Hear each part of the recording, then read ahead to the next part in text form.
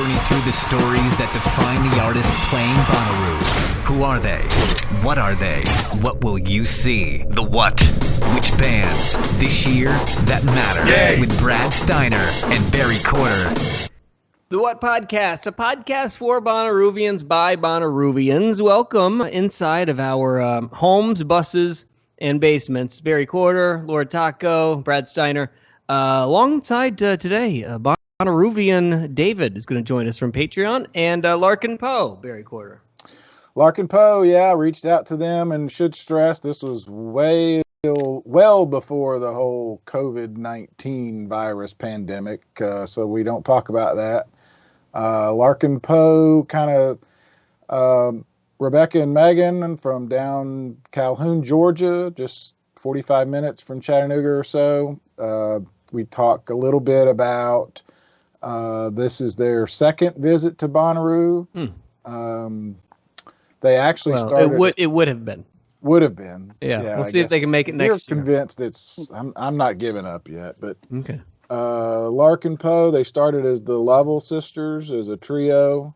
They're one of those groups that I've been able to follow since the inception and talk to. So they were nice enough to reach out. It's another one of these interviews that we did, that I did without you, Brad, and like you did Ed O'Brien last week. So we're adapting, we're figuring it out. But so do you like Larkin Poe and follow them because you just find them to be very attractive?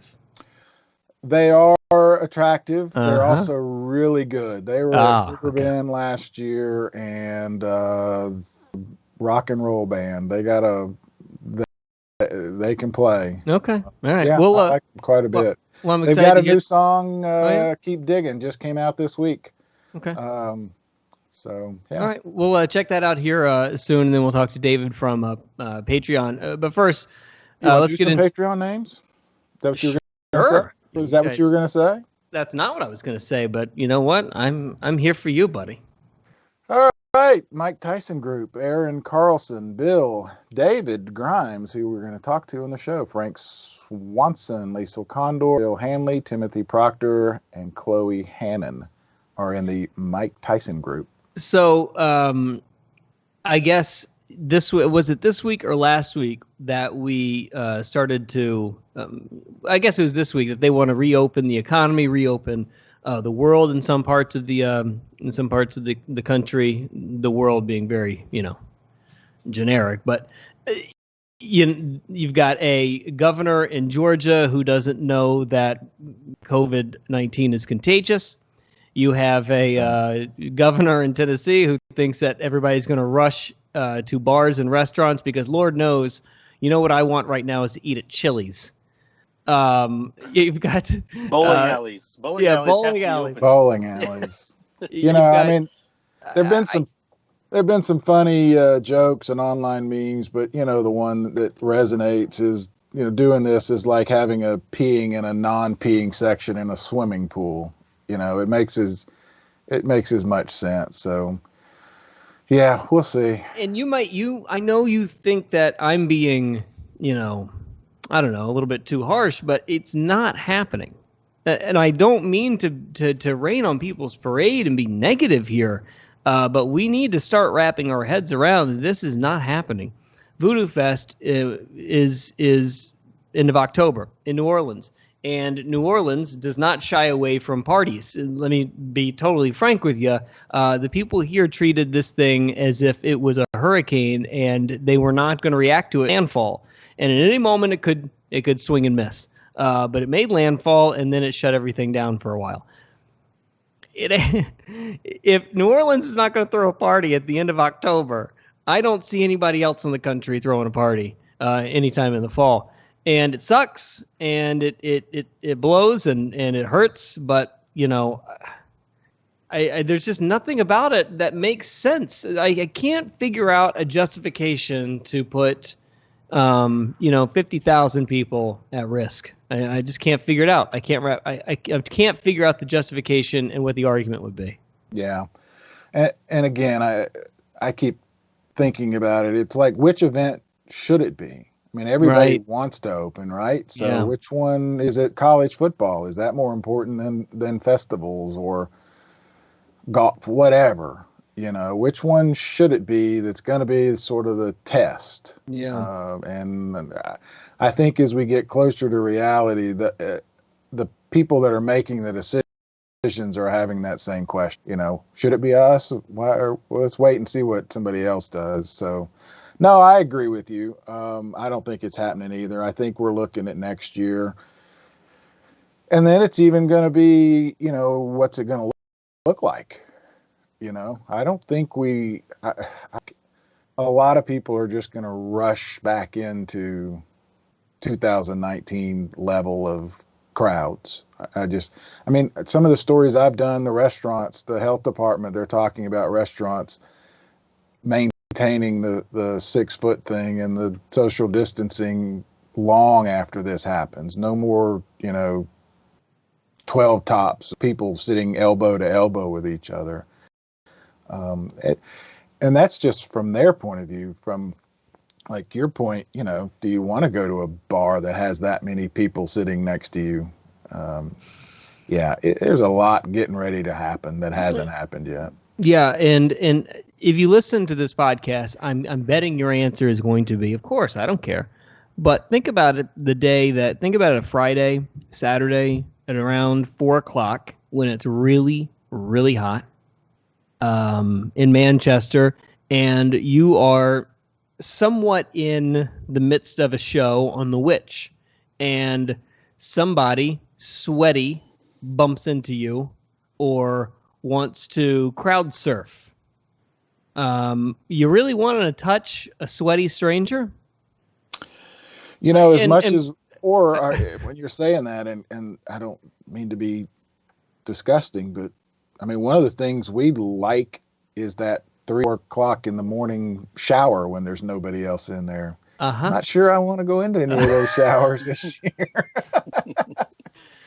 Even if I'm by myself in there, I'm not sure that's going to be a good idea. Yeah, man. That's a great point. I mean, it's just I don't know if we necessarily think about it all that much because it's just like a unicorn in our brain. It's Bonnaroo. It's life. It's experience. It's like let's just go do something. But then when we're actually doing it, we're like, I don't know. Like for instance, you talk about how you leave the house once a week to do insert thing here. Well, I leave once a week to go to a local brewery, Urban South. I pick up beer for the week, and then I pick up 10 pounds of crawfish at a place that has a crawfish boil, and I bring it back, and it's my Saturday tradition. I sit on the back porch, and I eat crawfish, and I drink beer. Just yesterday, when I did it this week, for the first time, I really felt like when he handed me the bag, it was the first time I was like, I'm touching the bag that you're touching. That's a bag.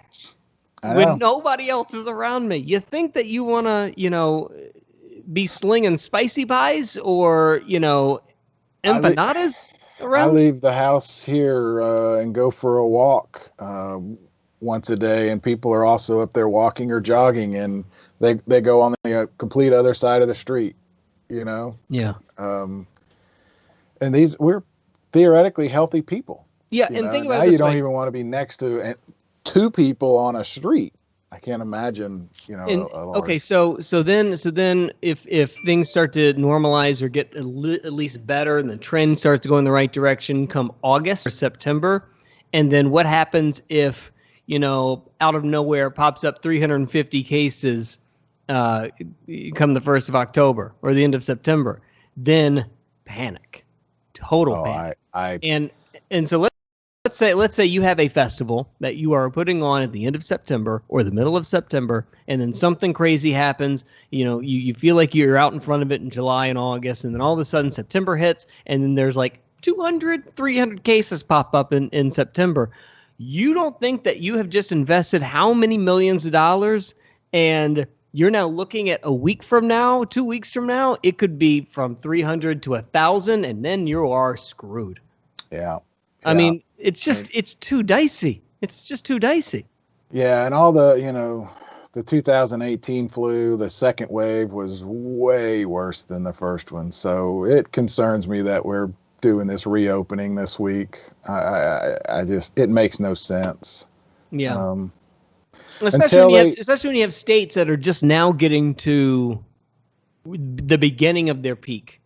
Like the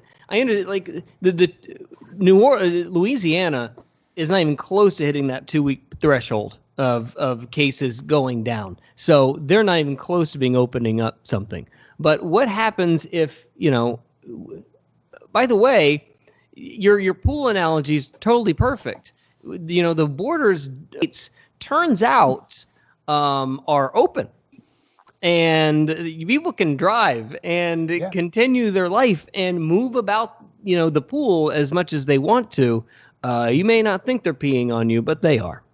The water's getting warmer. And it's like you said, the people bringing it back. It doesn't have to be a sinister thing. It could be a family member who wants to go see their parents out of state. Right. That's exactly how the numbers shot up like crazy in New Orleans. Exactly. It was Mardi Gras. You didn't know you were sick. Your immune system was compromised because of the debauchery of the weekend, and then you went and visited Grandma, and the one visit to Grandma infected the entire old folks' home. Yeah, Grace, my daughter Grace, one of her coworkers at a Bonnaroo that they both worked has tested 4 times positive, showing no signs, but every time she keeps getting tested, she's got it. But she, so how many other people are out there like that? Did I say this on the podcast last week or the week before? So sitting in this chair doing the show, somehow I threw my back out, and my back hurt so damn bad for 4 days. Literally, as soon as I got up doing the show, I was out. And it was a back pain that I've never felt before, and it was at the base of my spine. And I didn't think anything about it. I was like, this just sucks. I'm going to lay down for a couple of days. It'll be fine. So then Wednesday hits, and George Stephanopoulos tested positive for coronavirus. And he showed no symptoms. He showed nothing wrong, but he wanted to go back to work. So before they let him back in the studio, they wanted to test him. Well, he tested positive. He had no symptoms. Nothing was wrong. The only thing that had come up in the last week, back pain.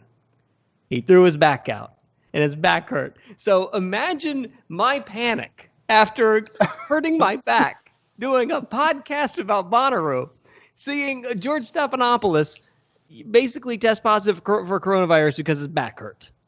You're going to think I'm making this up, but I had the same issue last weekend, but I know I did it because we spent all day cleaning and moving boxes and everything. But I'm glad I didn't hear that report because I would have been like you. No kidding. It freaked me out. And so if, to your point, if you don't know that you have, I mean, hell, the wife all week has had a knee problem. This woman is the most in shape person you've ever met in your life, and her knee hurts into the bone. Coronavirus. I mean, like it's what we're all gonna do. I know, and the point is okay. How now multiply that by 30,000. Well, but I mean that's looking at it from a point of view of somebody who's thinking they have it. It's those people that think they're Superman and that this is all a hoax that want to go out there and are spreading it around. They're the ones. Both are worrisome. Yeah. Yeah. Okay. So take the political part of it out. All right. So take the lady who I saw on Fox the other day, who was screaming about reopening the economy out of her SUV window. And the Fox News guy asked her, so what exactly are you wanting to do? She goes, I need my roots dyed, and like they're literally just worried about their haircut. So this person who may not be all there or thinks it's a government conspiracy or this, that, or the other, decides to, go to the event that you decide to go to. Yeah, you know what they're calling those lucky people, me. Right? Yeah, that's that. Branch Covidians. Oh, okay. Mm-hmm. Yeah, it's pretty good. No, you're exactly right. Somebody with that agenda who wants to decide for you, right? Right. that they're going out. That's Yeah, exactly right. And I want to love all these Bonnaroo people. I want to love everybody that's there because we are all sharing a communal experience and hopefully values that we all appreciate. But not everybody thinks like me. Not everybody thinks like Taco. Not everybody thinks like you. Right. It's just too much, too dicey and too scary. Like, so when Brian tells me that he's not going to be affected, he's going to still don't know if I would. I don't know. I don't know. I hadn't even started thinking. Let me read some more Patreon. Yeah, and then we'll get into Larkin Poe. Yep. Dan Sweeney, Dustin Gehrig, Haley, Mary T, Melanie, and Jesse Feldman, who we talked to last week. Mitchell Stafford, Musical Antlers, Parker Reeds, and Tori. All right, let's talk to Larkin Poe on the What Podcast, a for Bonnaroovians by Bonnaroovians with Barry Corder. Let's go. But I spoke to you guys probably back in 2009 when you were Oh, really? Oh, my gosh. Yeah. So I remember, the Lovell sisters. I know you used to come to Chattanooga, and 2009 you did Bonnaroo, right? Yes. Yeah. That's right. As the Lovell sisters. Let's do this if you don't mind. Tell me which one of you is which so that listeners, myself included, can sort of get a read on who's talking when, maybe we can figure out voices. Sure. Which one's... This is Rebecca. Our voices are very similar, obviously, because we're sisters. But I'm the younger one. I play guitar and the lead singer and the main songwriter for the band. I'm Rebecca. And I am Megan. I play lap steel, and I'm the older sister. Nice. Thank you for doing that. I have so much I want to get to. Yeah. One of the things that I especially, and I know Brad does too, that we love about doing this podcast, and Bonnaroo especially, is sort of following bands. That's one of the things I think that festival does really well, is bring people back as they develop and get bigger. And we've talked with other bands about what a thrill that is, to play a teeny tiny stage in front of a couple hundred people and then years later play to many, many, many people. So let's start there. What's it mean for you guys to be heading back to Bonnaroo? I love this question because I do think that's a really insightful look at, the way that Bonnaroo helps to follow artists as they grow and change. Because, who we were as the Lovell sisters whenever we first started as, middling teenagers compared to who we are now as Larkin Poe, and we're in our late 20s, we're very different artists, very different people. The essence is the same, but the clothing and the outfitting and the experience has completely shifted. And it feels really nostalgic to get back to Bonnaroo with all the memories intact from then to here. I mean, we've gotten to do some unbelievable touring since that first time performing at Bonnaroo in 2009. We've been on the tour with Keith Urban, been on the road with Bob Seger. We've opened up for, ZZ Top, and just done a bunch of wild and crazy stuff that I think our, 17-year-old selves could never have imagined. So getting to bring all that experience with us as we come back to the Bonnaroo stage, I think it's going to be an absolute blast this year. And you were there rather in 18. And I was just looking back through some of our notes, and Brad and I do a thing called Bonnaroo Roulette, where we spin a wheel and land on an act. And then theoretically, a lot of times it's bands we maybe don't know much about, but sometimes it's bands that we just want to talk about. And that's what we did in 18. I think you were our third Bonnaroo Roulette spin. That should mean a whole lot. To chat about. No, it was terrific. No, it means plenty. I mean, to be able to be in people's minds and hearts, that's what makes the whole thing tick. It is a bit surreal. We've done so much touring internationally, and to have friends around the world, and this past year we've played China and Tokyo for the first time, and getting to go to Australia again this year. Like you realize that the connections that bind people, they truly are global, and just to be remembered feels really nice. Let me go back because, like I said, I want to jump all over the place because you guys have done so much and it's such an important story. But first of all, I'll let people know you guys are from Calhoun, Georgia, which is about 40 minutes from Chattanooga. As I always say at the paper, when people do well, we claim you. So we claim you as Chattanoogans. Hey, man, we'll take it. We'll take it. Calhoun is, 40 minutes south, right off 75. So we all the time as, Megan, what we would call like 15, 16, coming up to the Signal Mountain operate. We were coming through Chattanooga all of the time. We did a lot of our like first musical experiences were actually in Chattanooga, so we claim it as well. Nice. But Nashville's home now, right? Yeah. So I wanted to ask. Here maybe 4.5 years ago. I wanted to ask because we're recording this on the Friday, the week of the tornado. So I just wanted to check. You guys obviously, did you survive everything? I mean, were there any damage that you personally had to deal with? Not personal damages. Yeah. We have been crazy looking at all of the damage that has been done, and we went yesterday and actually tried to do some help clean up, and the damage was just extraordinary, and the homes that have been lost and the businesses that have been lost. It's really heartbreaking to see. But it is also heartwarming to see all the people that have showed up, and people were out in the thousands helping out their neighbors. So it's really heartwarming to see people come together. You do get both sides of that. My in-laws' house was destroyed in '97 when the tornado hit the day before Easter. So I'm having all these memories of the helicopters flying over and the church groups just walking up and down the street, helping people carry brush and limbs and anything, carrying water. So you really see both sides, but I also know it's a long haul. I mean, it's not over in a week, There's a lot to clean up, and it's certainly not. It is certainly not, and it has been really, like you said, Megan, shocking to see how neighborhoods are completely reshaped, and it'll be equally interesting and I think empowering to see how humans are capable of rising above and rebuilding and making something, more beautiful than there was before. I believe that's going to happen. Yeah, was it 364 houses and 100 and something buildings were either destroyed or damaged? So, but not to make light of it, but if Nashville knows anything these days, it's how to build. This is true. She is booming right now. It's unbelievable.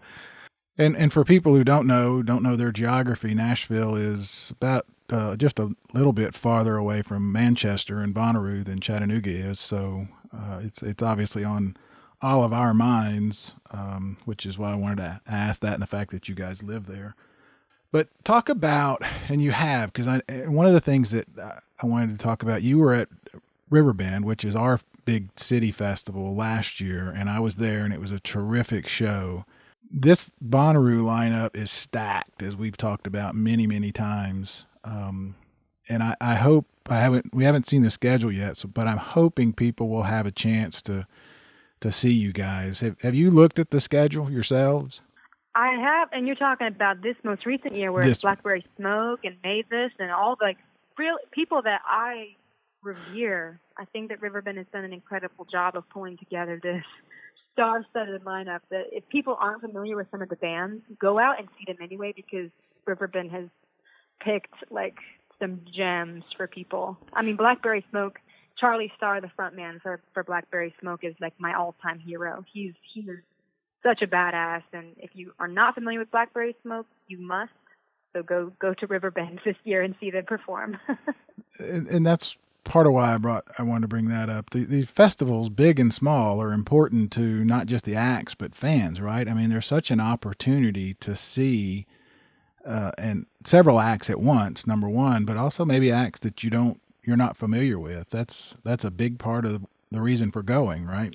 Oh, absolutely. I think that's the biggest reason for going. And a lot of our formative experiences with music were absolutely at festivals where, you're able to walk around and just take a sampling of music that you didn't even know you would like. I think it's especially important for children to be taken to festivals because our parents took us, to Riverbend many times and all the way up into North Carolina. In Boone, North Carolina, there's Merle Fest, which is an incredible Americana, roots American music festival that we were taken to and got bit by the bluegrass bug, in our early teens.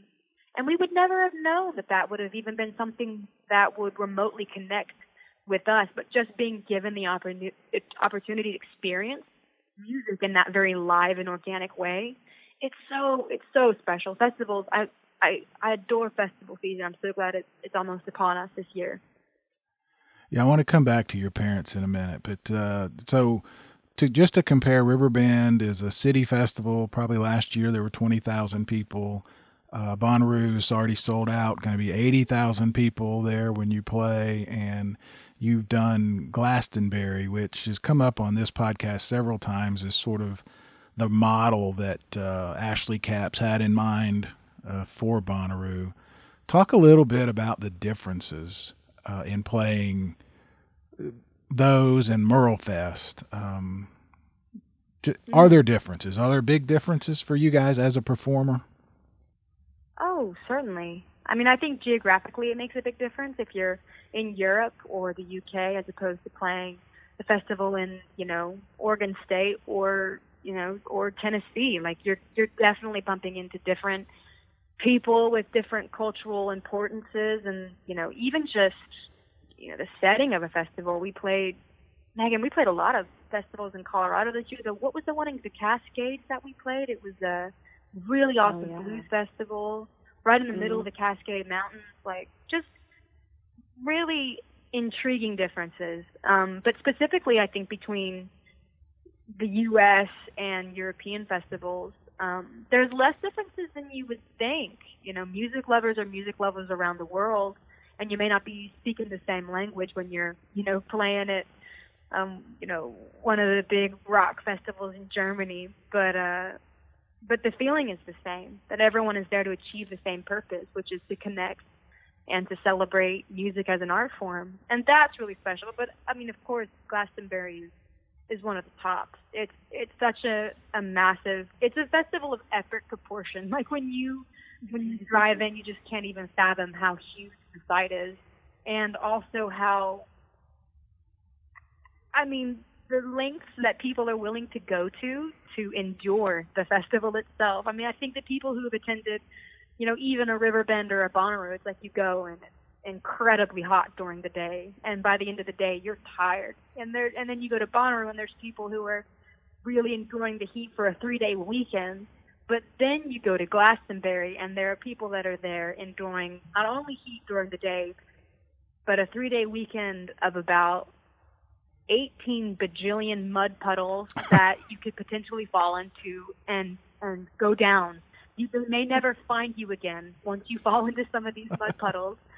So it's like, it's the spice of life. You got to go out and experience things, and I think music festivals are a great way to do that.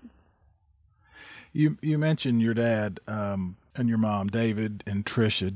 David, and I remember speaking to you, 11, 12 years ago, a big influence on you guys musically, right? And I think I was thinking about it before I called, that it's my personal opinion that it's every parent's responsibility to teach music and music history to their children. Like my kids do very well at trivia night. You guys had similar upbringings, right? Our parents are big music lovers, so we do feel lucky to have grown up into a household where a wide variety of music was being played. Our mom was really wanted us to be involved in classical music, and so she was, playing for us like baby Bach tapes. So we were listening to everything from like classical to she loved folk music, Alison Krauss and Union Station, and the Carpenters. And then on the other side, our dad was playing us all like the classic rock records, everything from Ozzy to the Allman Brothers. So we do feel very lucky that they are huge lovers of all different kinds of genres. So we've really grown up loving a lot of different music. So I think our influence are definitely fairly wide. Mm-hmm. I think that shows, right? I mean, the Level sisters, when you were a trio with your sister Rebecca, with Jessica, right?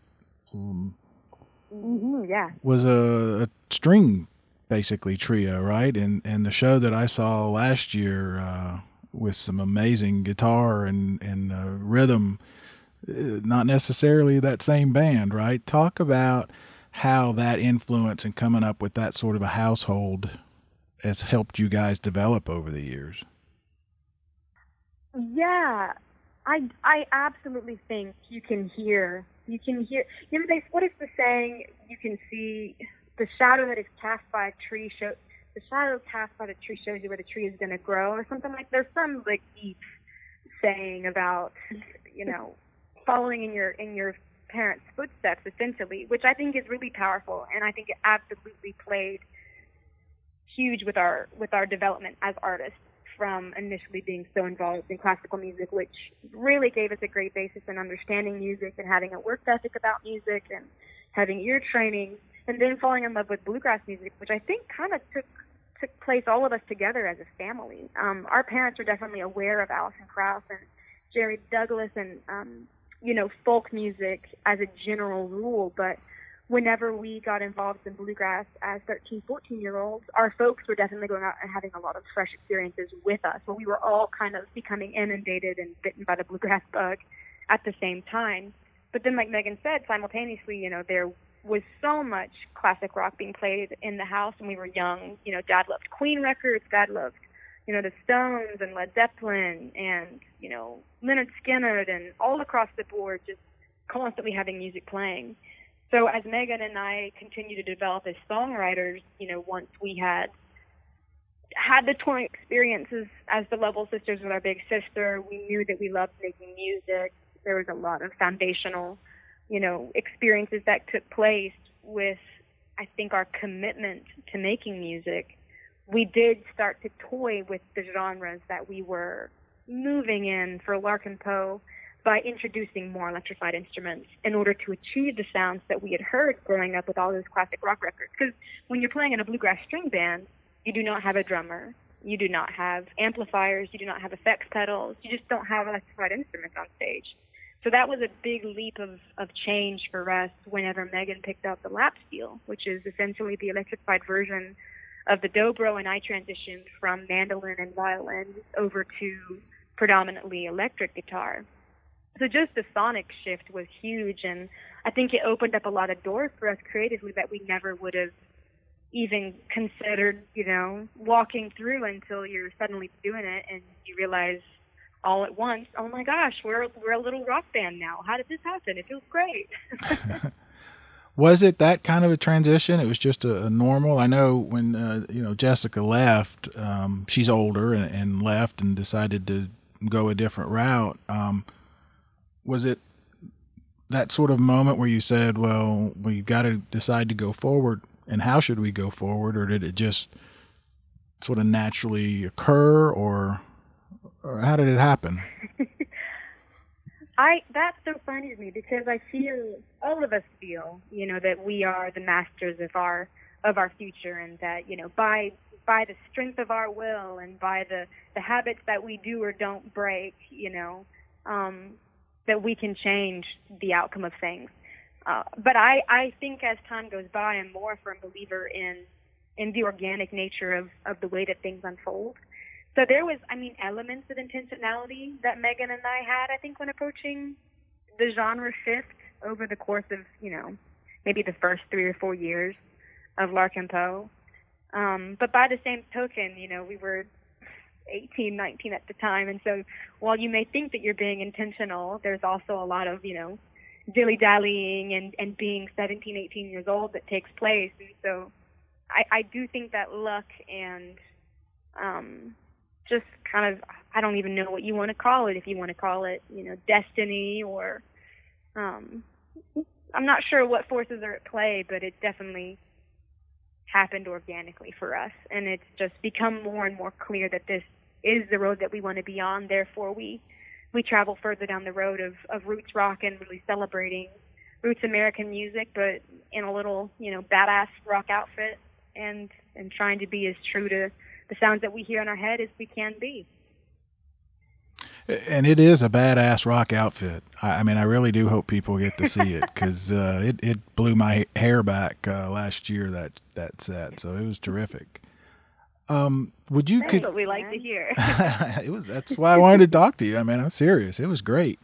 And I think you guys opened for the War and Treaty, right? Am I getting my days? Or that was Taz. You were the night before, I think. But yes, we were the night before. Right.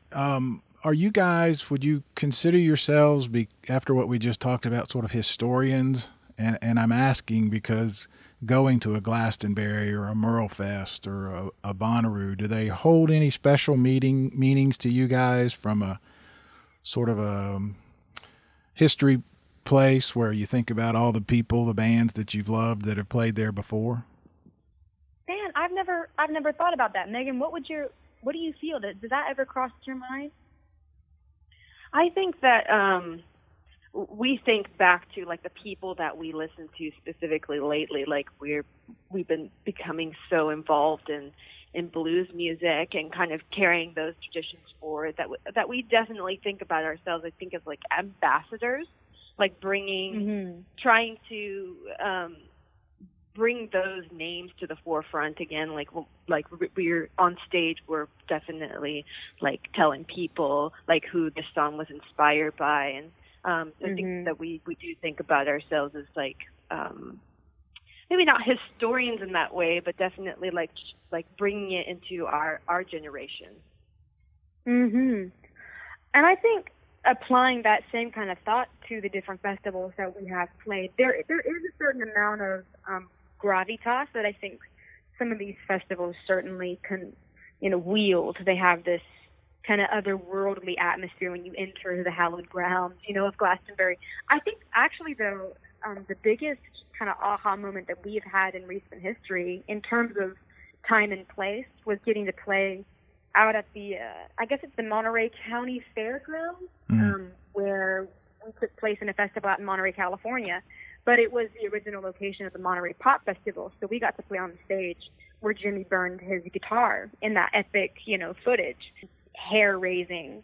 But then by the same token, you're so distracted by your own performance. You're focusing on, in my case, not forgetting the lyrics or not tripping over all the cables on the stage, that there's only so much, like, absorbing of the space that you can really, really do while you're performing. But even so, that was an especially cool one, getting to play on that stage out in Monterey. That was special. Yeah, I'm glad I can imagine. Yeah, I mean, that's probably everybody of any age has that CD or album in their collection. That Pops Festival was amazing. And you mentioned Mavis. She's coming back to our river bend. I mean, that's like watching history personified to me. It's incredible. Absolutely. She was at Bonnaroo 2 years ago, the same year you guys were, and to see her, talking about being there when the civil rights marches and all, it kind of blows your mind when you think about it, and yeah, it's important to remember that. Well, we had the great pleasure of getting to meet Mavis at an event that we did late last year, and I think for Megan and myself, as late 20-something musicians, having had a lot of experiences under our belt and really cherishing music and the experience and the human connection that music can bring, and getting to sit down and speak with someone who is as sharp and open and vulnerable and beautiful as Mavis is, that really brings it full circle, and it puts everything into context of what purpose music serves in our lives as humans. And it is kind of this greater than the sum of its part type moment for the human spirits when you do align and connect through music. And I think that is the overriding takeaway message for festivals is you gotta go out, you gotta experience it, you gotta open yourself up and share something with your fellow man, because it's a special way to do it. It's one of the things that makes us most human, so it should be cherished. Well said. I want to ask, because we ask everybody on here, have you looked at this year's Bonnaroo lineup, and who are you excited to see, and are you going to have time to hang out? Oh, we're playing on Thursday. Isn't that right, Megan? We're playing on Thursday? I believe it. Yeah, that's right. That's right. Yeah. So I think that we're going to try to get out there and see some folks. I would love to see Miley Cyrus. I think that she's doing really incredible things for music heritage in a way when you kind of dig deeper into her stage performances. She leaps in a lot of classic rock tunes and gives shout outs to artists that I think a lot of younger people may not be familiar with. So I would love to go and see a Miley Cyrus show for sure. I think she's making cool waves for music. But no, she's definitely on my list. To us, Thursday has become one of our favorite nights because it's Discovery Night. it's usually filled with a lot of acts that a lot of people have not heard, and the energy is up. Everyone is so excited to be there. It's a lot of fun. It'll be great. Thank you so much for having us on the show. Thank you very much yourselves, both of you. And I look forward to seeing you Thursday at Bonnaroo. Excellent. All right, we'll look for you there. Thanks, guys.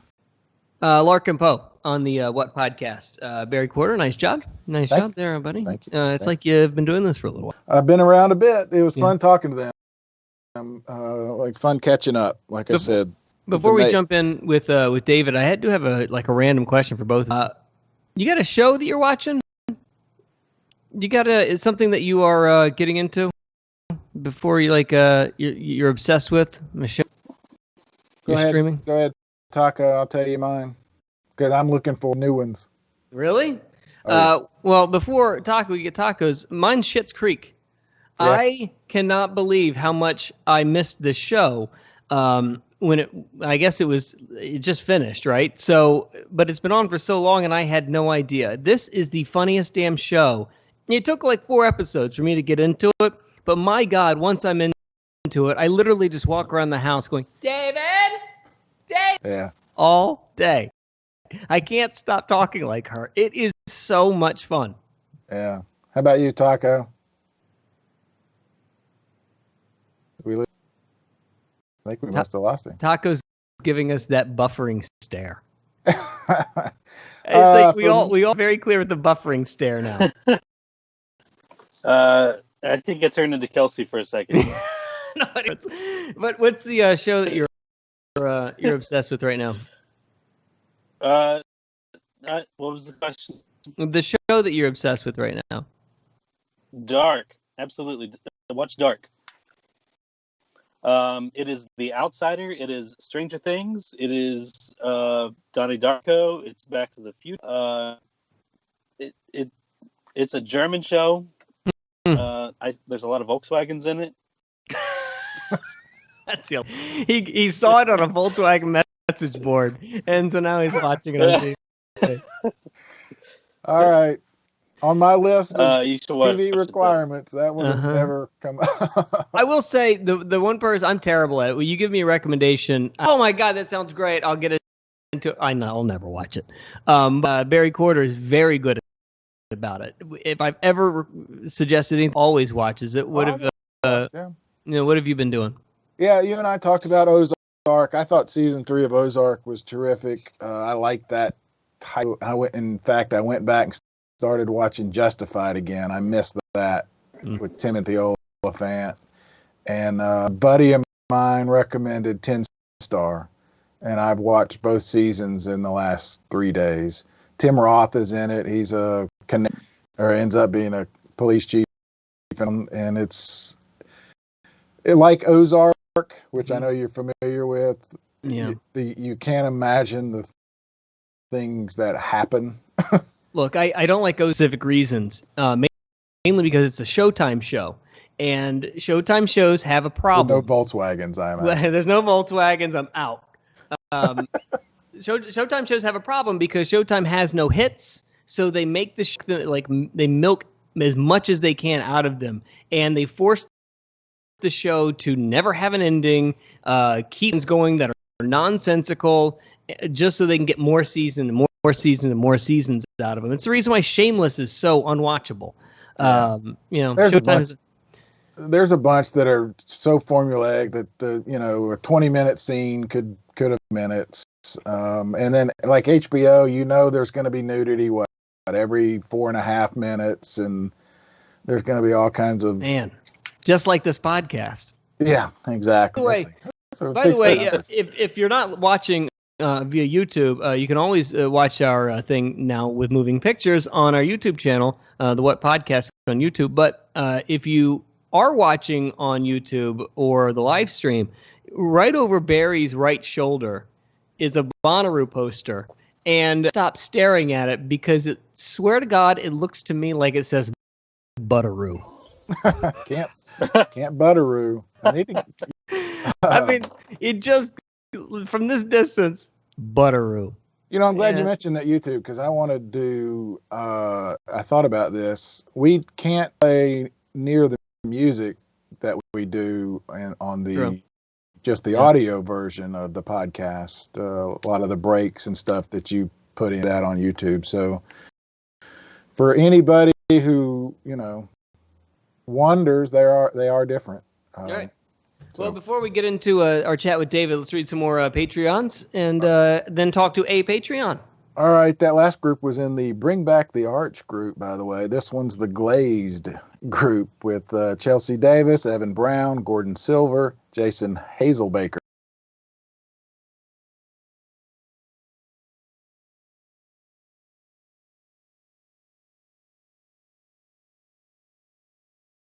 Richards and Clay Wilhoit. All right, another Patreon chat. David from Ohio. Thanks for showing up. Where are you? You're in Ohio, as if I can tell by your shirt. Yes, yeah. I'm up in Northeast Ohio. I live in a town called North Georgetown, and if you Google map that, you'll see a lot of farm and green. But it's if you draw a line between Cleveland and Pittsburgh, somewhere right in the middle there. Oh, yeah. Okay. Yeah. Right on. Got your Yingling. Here's the thing I've learned about Ohio people. They love Ohio. I mean, they love Ohio. They wear it. They hang it on their walls. It is just all about Ohio. I don't know what in the world they love so much about Ohio. But damn, you guys, you're all in. Hey, I have a question first before we go too much further. Anyone else seeing the big "what" logo on front of David's forehead, or is that just on my screen, Taco? That's probably just on your screen. Okay, I just want to make sure because it's like right. All right.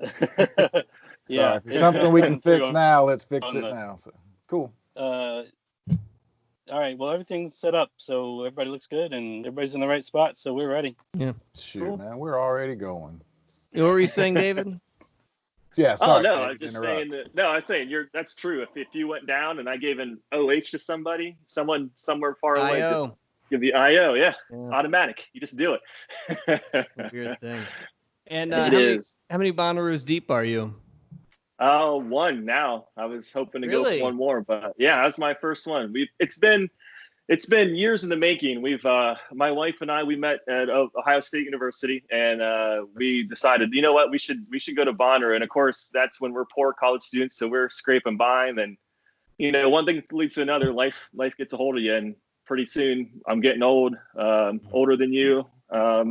Maybe not quite as Barry, but no, you're never going to get to that number. Take the easy shot. Yeah.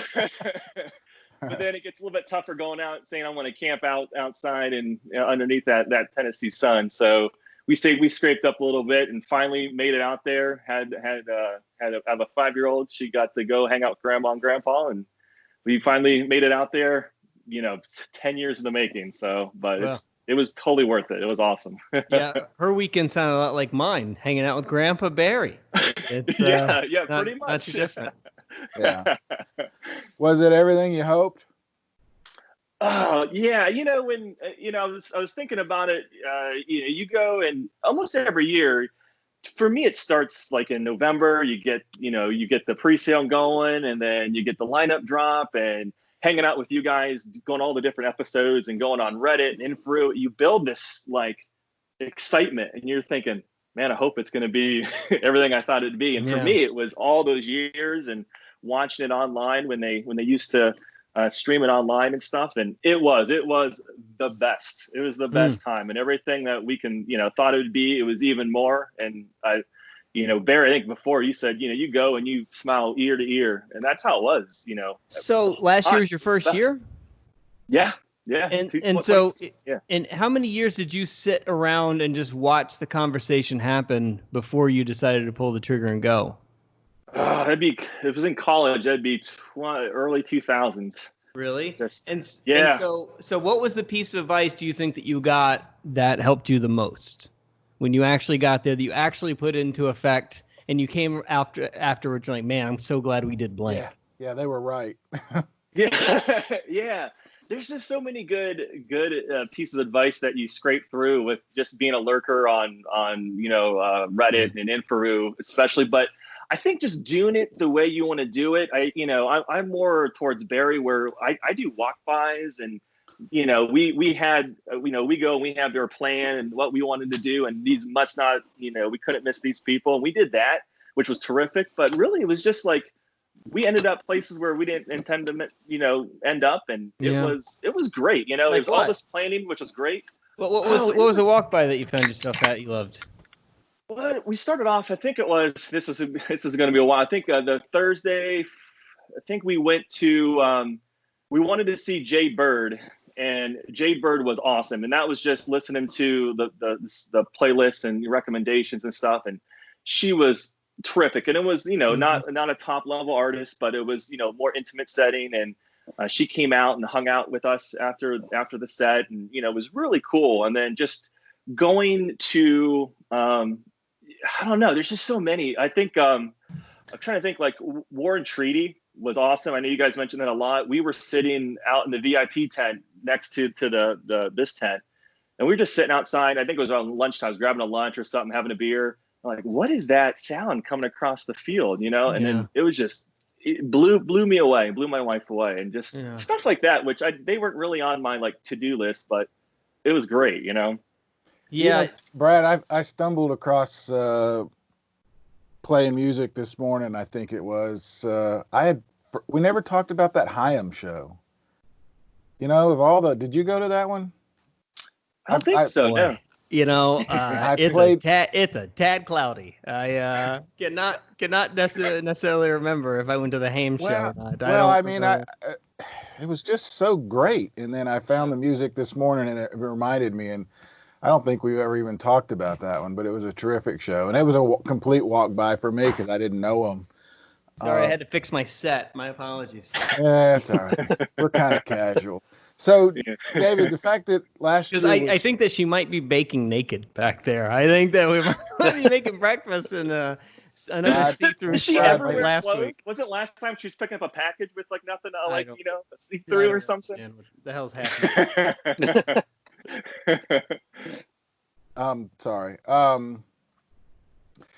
So when you were talking about that 10 years of buildup reminded me how worried I was about the whole camping experience way back. Overplanned, overstressed. Was that you guys? Or, people have done it enough now, and there's enough information out there. It's maybe not as stressful as it was 15 years ago for me anyway, but what was that like, that whole planning? Did you guys overdo? It kind of goes back to Brad's earlier question. Yeah, kind of. I'll tell you what, I cheated because we went VIP and I went Le Bon. So I camped with all that savings that we did. But that was the fun of it, was just going through and, for when we knew we were going to go, when we got the pre-sale tickets and that lead up to it, the fun part was going on and seeing what people did. Like, don't bring so much food. Make sure you bring this, don't bring this, and just seeing all that stuff. And then for my wife and I, it's like every time we go out shopping and Target would have a sale on camping equipment, it was just fun to buy all those things, we, by June we had this kind of cool setup, and, we bought lights and decorated our tent and stuff like that. And it was a lot of fun. And we didn't buy a grill or anything else. So we got all the recommendations was spot on. And I have taken way too much joy in like decorating camp. You really shouldn't. It's not really the most important thing, but for us, it's the most important moment. Rolling out carpet and, hanging lights really becomes our favorite thing to do on a Wednesday night, which, maybe we'll just be doing it in the yard this year, Barry. Because let's be honest, this ain't happening. No, it's not going to happen. It's not going to happen. No, I disagree with you, Brad. I think it's important. It's fun when we're putting it up. It's fun to see people's reactions. Ain't fun when it starts raining. It's not fun. It's not fun Monday morning. Yeah, taking it all down. But that's part of it. So though, I appreciate that advice. That we did bring carpet. Yeah, the carpet was. Difference. I'm telling you, I can't explain to you the how hard my campmates' eyes rolled when I started explaining to them things I started wanting to bring 10 years ago. And the one that got everybody was carpet. They mocked me and made fun of me and just, wrecked me day after day for weeks leading up to it. And then the second that carpet gets there, everybody's like, you know what? This carpet's a pretty good idea. It was the Bissell that was over the top. I did bring a vacuum cleaner one year. Yes, I did. It wasn't just the carpet; it was the Bissell. Yeah. Well, I have to maintain a very clean space. It was. We used it. It was great. Yeah. Yeah, I don't complain. I'm gonna have to put a timeout real quick. If you can hit pause, I've got to find a charger. I didn't know I'm dying here. Hang on a second. Hang on. Can't pause. We're live. Yeah, so much work. I really don't know if it's worth it or not. We'll see where this goes. We're going to cut this in post, but we never do anything in post. Is that the? No. We'll fix it. We'll fix it in post. It'll never get fixed. We're not. David, your wife, you guys, we love asking couples this, especially. Sure. Did you guys go to everything together, or did you ever split up? We went most of it together. We did split up. There was the time I think I saw Davey by myself because it was like mid-afternoon when that happened. Yeah, we were there. She's like, yeah, it was hot. So she said, nope. You probably were right there with us then. You went from Davey right to Warren Treaty, right? Yeah. Have you ever seen a band smile more than those guys were? Oh, no. They were so happy. That's awesome. Yeah. I loved like that. And I mentioned like minor set like, change. Them being there and you could just, they were authentic. I loved being there and loved doing what they're doing. And that's contagious, I think, and that was the fun part about it too. That was absolutely. Brad, we were just talking about that Davey set. David and his wife, no, your wife didn't go. David went, and we were just talking about how I asked him if he'd ever seen a band smile more than those guys were. They were happy. It seemed like they acted like the way we're going to act post quarantine COVID, hugging everybody, loving everything. That's going to be us here in a couple of weeks. Yeah, absolutely. They were happy. Is that the only one you guys split up? What'd she do? Just hang out and kind of try to stay out of the sun? Yeah, I tell you one thing: going to VIP and getting those the AC tents that were all spread across Septemberoo. Yeah, good move. That's gold. So so she stayed in there. She probably got like a massage and drinking inside the AC tent. So I told her I definitely want to see that one. That was based off your guys' recommendations. So I said I can't miss that one. So I went out and saw that one. Other than that, we saw a lot of it together. She has pretty good music taste, or really good music taste, and we like everything under the sun. So we'll see anything. We don't have one lane that we stay in. So that was the fun part. When you saw the lineup this year, it was a no-brainer. Yeah, I mean, it was awesome. Or are you going to go no matter what the lineup was?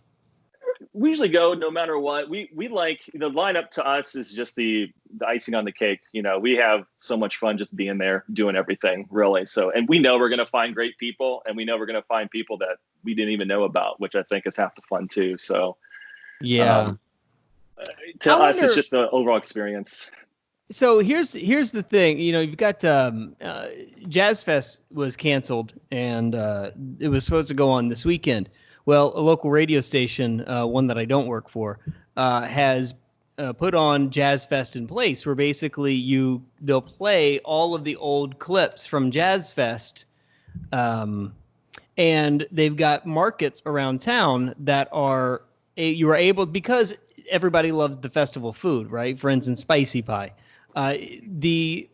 There's markets in town that will deliver you the food that you so badly wanted to buy at Jazz Fest, like the crawfish boudin or the crawfish enchiladas. And by the way, if we could pull this off, Bonnaroo is not going to happen, right?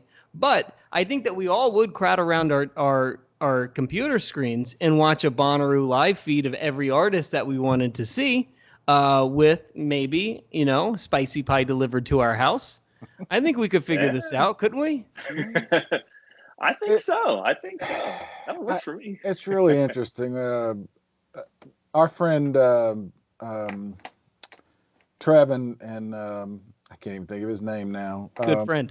I am. It's killing me. I'm embarrassed. Man, But he when you have a posted friend like Barry, yeah, it's almost like you have I'll think of it in a minute. friend like Barry. David Champion. I'm sorry, David. I'm being distracted because I'm getting text from work. So, David posted a poster of some other festival that's happening similar to what you're talking about, and it's a great lineup. But I don't. It's just not the. I don't know that I want to watch music on my computer screen. That's not what it's about. I can do that anytime, you know. I haven't been a big fan either. It's yeah, not. It's I mean, not I something get that's it. been I know what connecting they're with me. doing. I respect them for doing it, but and maybe June 11th, I'll feel differently because we're not in Manchester, and I'll be looking for something. I don't know. It's just weird to me. You watch any live streams? I do. I like it every once in a while. I mean, I think come June, well, I mean, what happened to the Bonnaroo live stream before? Like, it was awesome to watch it live, and last year, nothing. Barry, really? get on that with your I didn't know with that the investigation. I didn't know that. Yeah. I know. I really always liked the reason why I can mark certain shows off of my grid is because I watched the live stream of Coachella, and I'll say, yeah, that didn't work. Like we all saw like the Lizzo thing coming because her Coachella set was just so, even with the technical issues, we're like, man, there's something about this stage show. Yes, the live streams work in some avenues, but yeah, you're right. They don't necessarily grab me ever, but boy, it sure does feel good when they're on and Bonnaroo's happening and you're not there. It's almost like listening to Bonnaroo radio.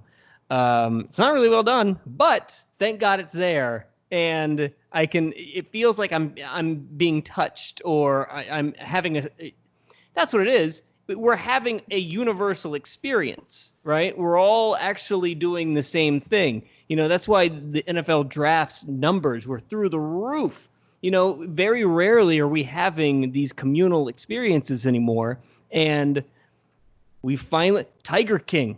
Why is Tiger King doing so well and had 18 billion minutes watched on Netflix? It's because we're finally always all doing something together. Yeah, it's timing. It's a communal thing. Absolutely. I don't know. Like I said, come June, somebody's going to come up with something. I'll probably watch, or at least be part of something. Yeah, and I can understand, Barry, you not wanting to watch live streams as much as maybe someone else, because you're watching it on that computer over the right of your shoulder. How are you watching any live stream on that 1994 Mac? I'll tell you what's embarrassing. I counted the other day. I think I have 11 such computers in my home. I don't know why. I just can't get rid of some things. I want to put a fishbowl in that one. I just hadn't gotten around to it. That's the answer, Brad. I haven't gotten around to it. Ask me anything, and that's going to be the answer. Taco, you watching any live streams? Not really. We watched one a few weeks ago from a local band that was doing something here in Chattanooga. Mm-hmm. And yeah, it's just not the same. I mean, you're sitting on the couch. It's not the same experience. You could be watching movies. It's not a replacement for like actually being there live. But what if you were watching it in the bus, in the Volkswagen bus? Wouldn't that be more fun? That'd be more fun. Okay. Yeah, I could set up like a screen in here. Uh-huh. Yeah. Who doesn't love camping in the garage? It is. Well, it depends on if you're with people. Yeah, too. The poor bus. Yeah, that's true. I mean, that's part of live shows is you experience it together. Well, if you're sitting at home, you're not interacting with as much. Yeah. The PVR is a lot cheaper though. I had a feeling. David, are you guys planning to go in September? We were thinking about it. I mean, we're trying to figure out a different way to do it. Yeah, if it happens. I mean, I'd love to go. I wanted to do the campground, but that got sold out. I was trying to get it I was trying to figure out how to do it, and they said the tickets went on sale like January 1st, call it Jan 1st or whatever that first Monday was, sold out. And so I have a room booked at the Holiday Inn right right there. Yeah. Just to I'm try and very do familiar. it different. I visit it every day. Yeah. At For certain what? points of the day, I visit it for, just to connect with my people, Yeah, So yeah, that's so nice of you. Yeah, I think so. But yeah, I don't know. I mean, I don't actually have tickets at this moment. So, and I don't know what's going to happen. So it's, if it happens in there, like anybody else, we're trying to shuffle around and seeing if you can get work off or, and seeing if you feel confident in going in September. Yeah. I don't know what's going to be like in September either, so. I think that's like going to be the biggest holdback of any of this is not if insert festival happens, it's how comfortable do you feel actually being there. Yeah. I had a conversation with one of our campmates yesterday, Brian Stone, the host of the world's most listened to and downloaded podcast in the history of podcasts, the Stone on Air podcast. And he said, I don't care, bro. It doesn't matter to me. I'm not going to live in fear. One of those kind of arguments. But I kept having to remind him, it's like, dude, it's not about you. It's about what you might be, bringing to the party.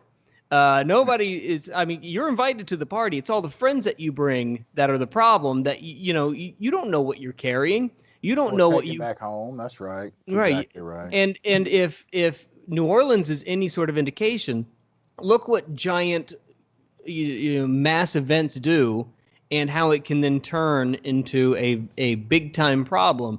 Mardi Gras was the source of damn near all of our cases.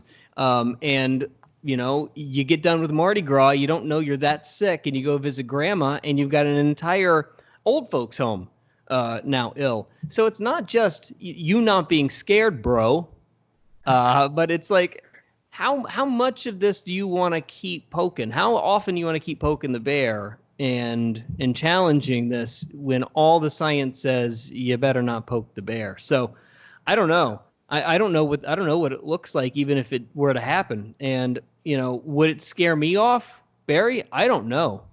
I really don't know. No, it's a legitimate concern. I mean, I've pretty much been holed up. I go out once a week to the store or whatever, or run down the street. That's it. And I don't know. I mean, I haven't really put much thought into it. Like I'm scared. I'm just trying to be respectful, I guess. And I am worried. Yeah. My wife goes to work. Kind of worries me that she comes back home, but she's not interacting with a lot of people currently. But if they open the restaurants back up and the hotels, which they're doing, I guess, this week here. Monday, yeah, tomorrow. So, I mean, nobody knows. This is my nod of disapproval. Yeah. Bad idea. Nobody knows. And I mean, the people that are arguing that we got to get back to normalcy and it's hurting businesses and all that, that's not the argument. I get that. Yeah, there's Taco. Okay, but I'll get you one step further about how you just don't know. By the way, you ain't going to Bible study. You're going to basically push your body beyond its abilities of drinking, of no sleep, of whatever it is, other things that you're putting into your body. I mean, you're living on spicy pie. I mean, you are destroying your immune system for 4 days, however, and then you think that, you're invincible? Yeah. Give me a break. That's a good point. I think I've laughed about it. It was 2 years ago. I got home that Monday morning and don't remember anything until Thursday. And it wasn't, that I was drugged out. I was just so tired. Barry, you are in an advanced age, though. And I'm old, which is to your point. Anything. To your point. So I go up there and live unhealthily for 5 days, and then God, if I catch something, then yeah, it's a bad deal. And as we've said many times, the Bonnaroo people don't want that either. They don't want that on their conscience. Their insurance people and lawyers certainly don't want that kind of thing. So yeah. Yeah, there's a lot. Yeah. Hypothetically, if it were to happen, who were you excited to see? Who was your top three? My top three. I want to see. I'm going to go a homer pick. I want to see Camp because they're from Columbus They're and I from haven't Columbus, seen them. that's right. Yeah, so I want to see Camp. Who was it? Briston Maroney. Yeah, keeps Knoxville getting kid. name dropped. Yeah, even last Knoxville week in the kid. episode. Yeah. Yeah. And then I kind of want to go just hit all the big names. I think going seeing like a Miley Cyrus and Dolly comes, that'd be great. Yeah. Or Yeah. I'll even going back to college. I want to go see Nelly and see the Saint Lunatics and whatever else happened. Just that's like a fun type of thing. And I know it's different. I think you guys went to see T-Pain, which wasn't so great. Yeah. But when we did our walk by, which was way far back, everybody was singing along. Really? But we weren't up close. We just did the walk, but it was so packed because it was overflown everywhere. Well, that's what but we everyone did was too. having a great time. We did the walk by of T-Pain too, and the reason why I say that it was not good is because the guy on stage was just screaming at us and telling us that we didn't appreciate T-Pain as much. And T-Pain left after 2 songs and comes back 20 minutes later like he needed a nap. It was very odd. See, I didn't know any of that. I just did the walk by, sounded awesome. I was having fun. So I don't know. So you're not going to go see the baby or the baby? You know what though? He has catchy tunes. If there is not a bigger hip hop artist on the planet right now than Sir Baby. Once the grid came out, I probably would have figured out a way to checked out Lord Baby, but which by the way, Lord Taco, the running joke is he's great at identifying babies, and he's really good. You can find any baby, and he'll be able to tell you whether or not it's a baby. Lord Taco, the baby or not a baby? He's not really a baby. Not a baby. I knew it. I've seen a lot of babies, and he is not one. Not a baby. Not a real baby. It's official. I feel totally scammed. It's official now. Yeah. Yep. What about your end? What's the top 3 going in? You think? Happens September. Barry can take my top 3. He knows my top 3. He doesn't have to look at a lineup. He knows what number 1 is. Brittany. Yeah, I got to see Brittany Howard. Yeah. You ready for number 2? Who's number 2? Lizzo is 2. I don't know who 3 is. It's literally just the people that I know. I'm gonna go 1, 2, 3 people I know. Yeah, that's the ones he's actually spoken to. Yeah. People I can scam to call my friends. I'm not gonna. Is it Ed O'Brien is now 3? EOB, yeah. Me and my best friend Ed O'Brien. I mean, at least you have your reasons. I really want to see Miley, David. That's the one I've talked about before. That one to me is right up there as the probably not going to see her anywhere else thing. So that's going to be that's a big opportunity. But there's a long list on that lineup if it were to happen, especially the original lineup for me. Yeah, there's a bunch of people to check off on my wish list. Ed O'Brien, all 3 of those, to be honest, I mean, those were all good ones. The thing about what sucks about the Ed O'Brien thing, and I think we might have mentioned it last week. If you haven't listened to the Ed O'Brien interview, we posted it last week, and give it a try if you haven't gotten to it. But it's guys like that I feel really bad about. I mean, this guy, waited until it was time to pounce and release his only solo album ever, and then do a tour around it, and now. I think he'll be okay. Yeah. I think he's going to be okay. Right. Yeah. Okay. I wouldn't worry about him too much. Yeah. I care and worry about my friends. Their success is my success, and my future artist pass. Send him a note. There it is. Yeah. Send him a note that you're thinking about him. He'll. I will. It. I will. Do you usually do any other festivals other than Bonnaroo? No, it's usually Bonnaroo. We'll hit a couple concerts and stuff, but that's it. Like speaking of coming up this summer, we wanted to see David Gray. He was coming to Cleveland, but I'm sure that hasn't been officially canceled or postponed, but I don't see that happening. Last year we went to see Death Cab over in Vegas. We were out in Vegas for something. They happened to be in there, so we just kind of take up the opportunities that we can. It's tough in the Midwest. Your normal city is Cleveland. If you were to go to shows, it's Cleveland, huh? Cleveland, yeah, Cleveland, Pittsburgh. Mostly it's Cleveland. I grew up in Canton, so that's like 45 minutes away. So that's usually my go-to city. I'm trying to think if there's any other music festivals in and around the Ohio Valley like that. Which one am I missing? I feel like there's a really big one in the Ohio Valley, and I cannot remember what it was. Yeah, I'll tell you one that's been I want to go to is, and I was thinking about this year, was is Wonder Bus in Columbus. They started that one a year or so ago, and they had some good vibes coming off that one. Of course, that one, who knows what's happening there too, because that's in end of August. So, well, look, here's the thing, and we've mentioned it before, but they got pressure from the city. Voodoo Fest did. But Voodoo Fest is in the end of October. Canceled. Yeah. You can reschedule. You can have a rescheduled date all you want to, middle of October. If New Orleans is not willing to throw a party, I don't know anybody else is going to be willing to. Yeah. They're still seriously talking about college football, to your point. And if those guys are talking about not playing, then yeah, it's pretty serious.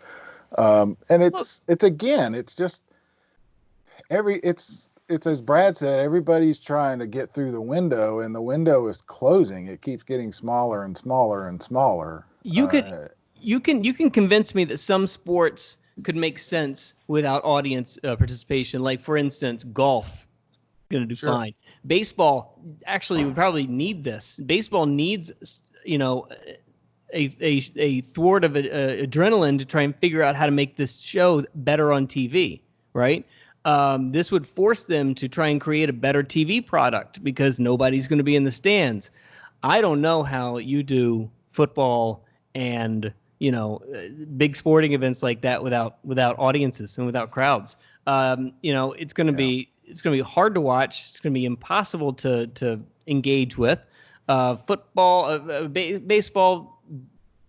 Maybe I don't know, maybe not soccer, but baseball and golf, easy. It's easy enough. But football and music festivals, get out of here. I don't know how you do that.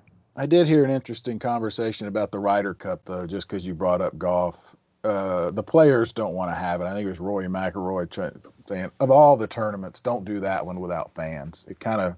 It's just be a golf tournament, which makes sense. Yeah. There's a difference between like the Ryder Open and the Phoenix Open. Yeah. Nobody really cares. Right. All right. That's a great point. Man, thank you. Yeah. Thank you so much for listening. Thanks so much for being part of the Bonnaroo family and part of the What Podcast family, man. We can't thank you enough.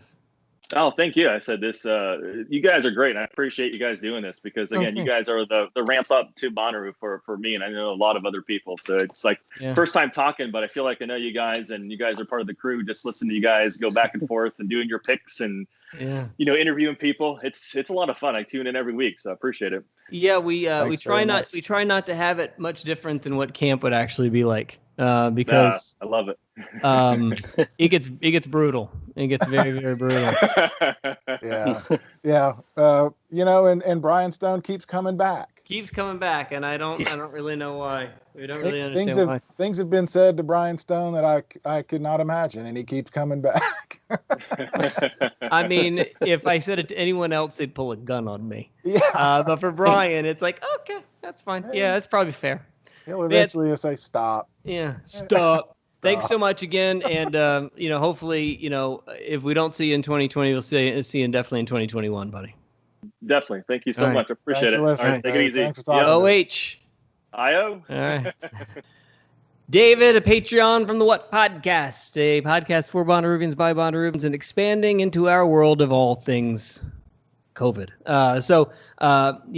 With less and less Bonnaroo things to talk about, it's going to basically from here on out just be fashion advice from Barry. It's going to be anything and everything we can talk about. How to home repair with Barry. How many days can you go with just one pair of shorts? That's the big question. Well, it depends on if you're wearing them or not, Barry.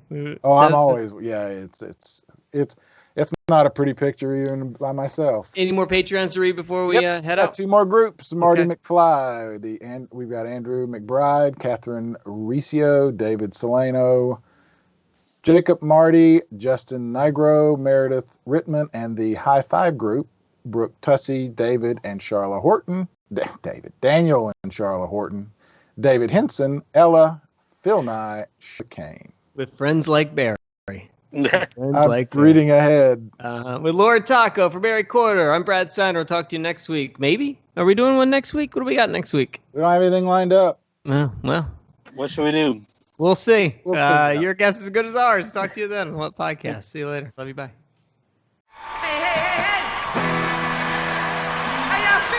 Journey through the stories that define the artists playing Bonnaroo. Who are they? What are they? What will you see? The what? Which bands this year that matter? With Brad Steiner and Barry Corder.